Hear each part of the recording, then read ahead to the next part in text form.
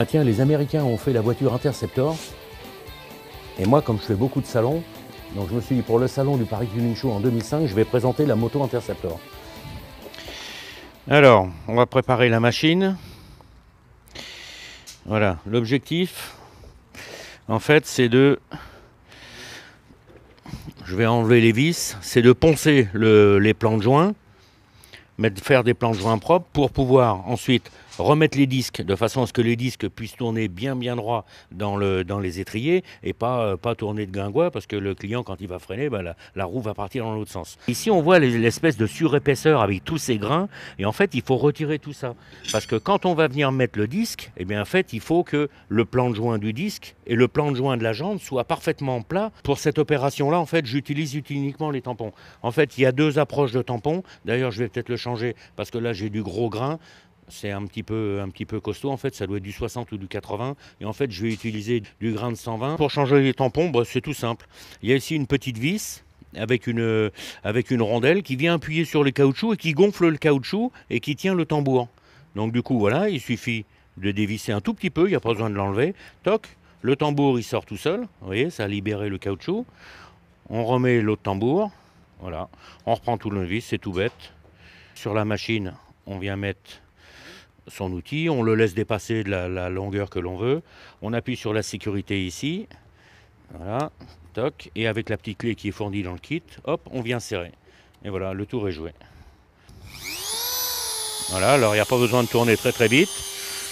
Et voilà ce que ça va donner. On enlève la couche d'époxy de façon à retrouver un plan de joint complet, parfait. Il ne s'agit pas d'enlever de la matière, il s'agit juste d'enlever le surplus de peinture époxy qui a été mis dessus. En fait, on a retiré, on est arrivé jusqu'à la matière, on a retiré tout l'époxy, on passe avec le doigt et on sent qu'on n'a plus de petits picots qui vont nous gêner. Et puis là, on va nettoyer un petit peu le disque, parce que ça c'est une restauration, donc en fait le disque est un peu vieux, il est un peu ancien, on va le nettoyer.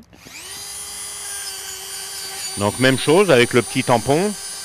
Voilà, on va enlever tout ce qui est, vous voyez là, tout ce qui est susceptible de nous gêner. Donc en fait les petits tampons de Dremel, du coup ils sont bien, c'est pile poil adapté pour ce qu'on fait.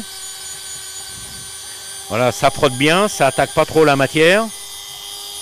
Puis après on peut régler, c'est réglable, on peut régler la vitesse, voilà, suivant ce qu'on veut faire. Donc en fait, pour nous, c'est l'outil idéal pour faire tous ces plans de joint, voilà. Il n'y a pas besoin à chaque fois d'aller chercher un outil, une autre machine, d'avoir 25 machines autour de soi, quoi. Ça, c'est le côté pratique. Et il faut quand même s'assurer que le disque n'est pas voilé, qu'il n'est pas tordu. Ça, c'est notre contrôle à nous, c'est notre contrôle qualité, parce que je ne vais pas me contenter de remonter un disque comme ça sans aller voir si il n'est pas tordu ou voilé. Sur ce marbre-là, en fait, je vais contrôler si mon disque il n'est pas voilé.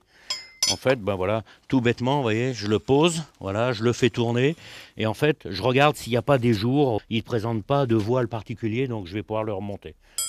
Voilà, on vient mettre un petit peu de frein filet sur le filet, comme ça va coller, on est sûr que le disque il va pas s'en aller, enfin les vis vont pas se dévisser. Du coup, voilà, notre disque est monté, on s'aperçoit qu'ici, on est bien, on a un plan de joint qui est correct, le disque est bien plan.